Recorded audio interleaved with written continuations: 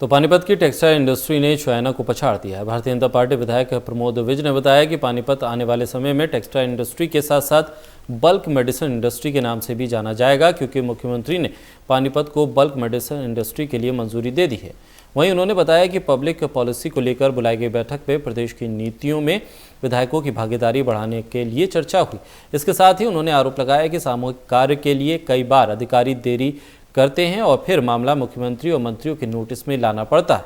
उन्होंने कहा कि अधिकारियों को ध्यान रखना चाहिए पानीपत की टेक्सटाइल इंडस्ट्री ने चाइना को कैसे पछाड़ा और पब्लिक पॉलिसी को लेकर बुलाई गई बैठक में किन मुद्दों पर चर्चा हुई। इस बारे में खास बातचीत के हमारे संवाददाता अनिल कुमार ने भारतीय जनता पार्टी विधायक प्रमोद विज से। पब्लिक पॉलिसी को लेकर आज हरियाणा विधानसभा में विधायकों की बैठक हुई। इस बैठक में किन मुद्दों पर चर्चा हुई, इस समय मेरे साथ हैं भाजपा विधायक प्रमोद विज। इनसे जानते हैं जी विस्तार। अनिल जी, पहले तो मैं आपके माध्यम से पूरे प्रदेश की जनता को बहुत बहुत मुबारकबाद देना चाहूँगा कि कल 5 अगस्त को माननीय प्रधानमंत्री जी ने राम जन्मभूमि का शिलान्यास किया है और ये हमारे सबके लिए बहुत बहुत सौभाग्य की बात है। जो 500 वर्षों से हम इंतज़ार कर रहे थे वो सपना पूरा हुआ है। इसके लिए मैं सबको बहुत बहुत मुबारकबाद देता हूँ। आज की हमारी जो बैठक थी उसमें पब्लिक पॉलिसी के ऊपर डिस्कशन थी, ओरिएंटेशन थी।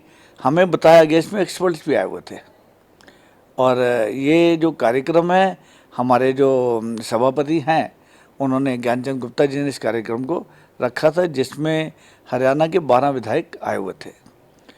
इस कार्यक्रम में हमें बताया गया कि किस तरह से हम ज़्यादा से ज़्यादा विधायक होने के नाते पार्टिसिपेट करें, ना सिर्फ उन पॉलिसी में जो भी बननी है बल्कि जो पॉलिसी बन भी चुकी हैं उनमें क्या क्या इम्प्रूवमेंट के लिए अमेंडमेंट की जा सकती है ताकि जनता को ज़्यादा से ज़्यादा उसका फ़ायदा पहुँचे। पानीपत की अगर बात करें, आप जानते हैं पानीपत एक इंडस्ट्रियल टाउन है और वहाँ का जो उद्योगपति है, व्यापारी है, बहुत ही अपने उद्योग के प्रति निष्ठा के साथ मेहनत के साथ काम करता है। सेल्फ बिल्ड किया हुआ है उन्होंने। और उन्होंने, मैं आपके माध्यम से एक बात बताऊं कि चाइना को बीट कर दिया। कुछ साल पहले ब्लैंकेट सभी चाइना से आते थे, आज कोई ब्लैंकेट चाइना से नहीं आता है। और आप देखिएगा जो सरकार की इतनी बढ़िया बढ़िया नीतियाँ आ रही हैं, पॉलिसीज़ आ रही हैं, पानीपत बहुत तेज़ी से आगे बढ़ेगा। और हम ये उम्मीद करते हैं कि अगले 3 साल या 4 साल के अंदर अंदर पानीपत का जो ग्रोथ है 2 गुना कम से कम हो जाएगी।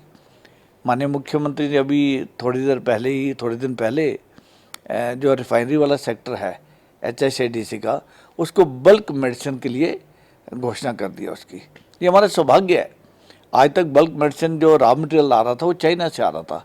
कोविड के दौरान ये अच्छे डिसीजन है जिससे हरियाणा को ग्रोथ मिलेगी। करनाल के अंदर भी मेडिकल साइंटिफिक जो इंस्ट्रूमेंट्स है उसका हब आ रहा है। जैसे अम्बाला के अंदर लॉजिस्टिक अमेजोन का हब आ रहा है। आपके गनौर के पास जो मंडी आ रही है, जगह जगह बिजनेस बढ़ाने के लिए माननीय मुख्यमंत्री जी, क्योंकि ये रोज़गार को बढ़ाएंगे। आज सबसे बड़ी समस्या जो नज़र आ रही है कोविड में रोज़गार की है, तो उसके लिए चिंता बहुत है। और निश्चित तौर पे आज हमें जो पार्टिसिपेट करने का मौका मिला, बड़ी खुल के चर्चा हुई। ये ऐसा कदम है, हरियाणा, हमारी मनोहर सरकार हर चीज़ में पहले काम करती है।